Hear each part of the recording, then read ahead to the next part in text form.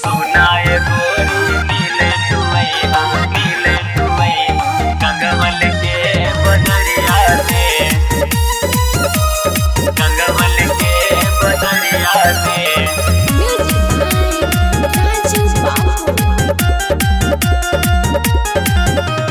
जब से तुहके देखल बानी विशेषरगंज के नहरिया पे हो विशेषरगंज के नहरिया पे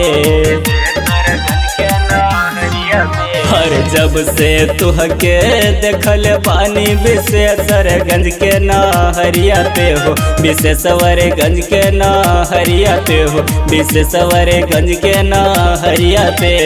सुनाए मैडम मिले तू यहाँ गंगवल के बजरिया में सुनाए गोरी मिले तू यहाँ गंगवल के बजरिया में सुनाए गोरी मिले तू यहाँ गंगवल के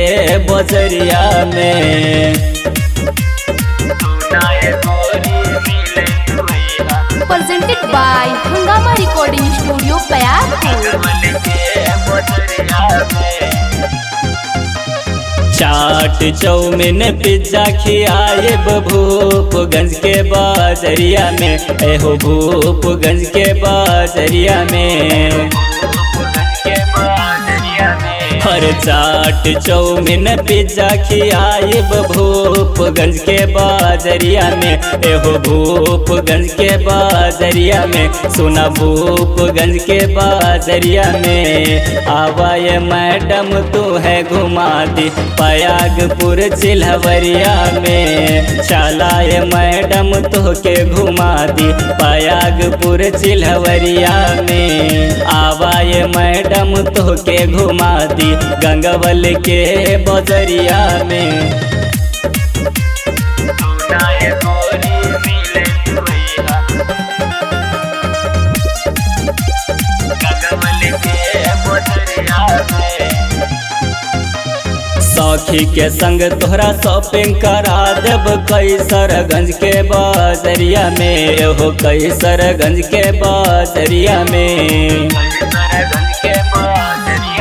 हरे सखी के संग तोहरा शॉपिंग कराइब कैसरगंज के बाजरिया में एहो कैसरगंज के बाजरिया में सुना कैसरगंज के बाजरिया में सुनाए मैडम मिले तू यहाँ पखरपुर के बाजरिया में सुनाए रानी मिले तू यहाँ कैसरगंज के बाजरिया में सुनाए गोरी मिले तू यहाँ गंगवल के बजरिया में सुनाए गोरी मिले तू यहाँ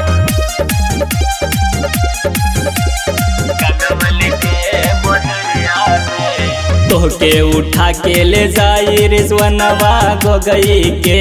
रहरिया में एहो गोगई के रहरिया में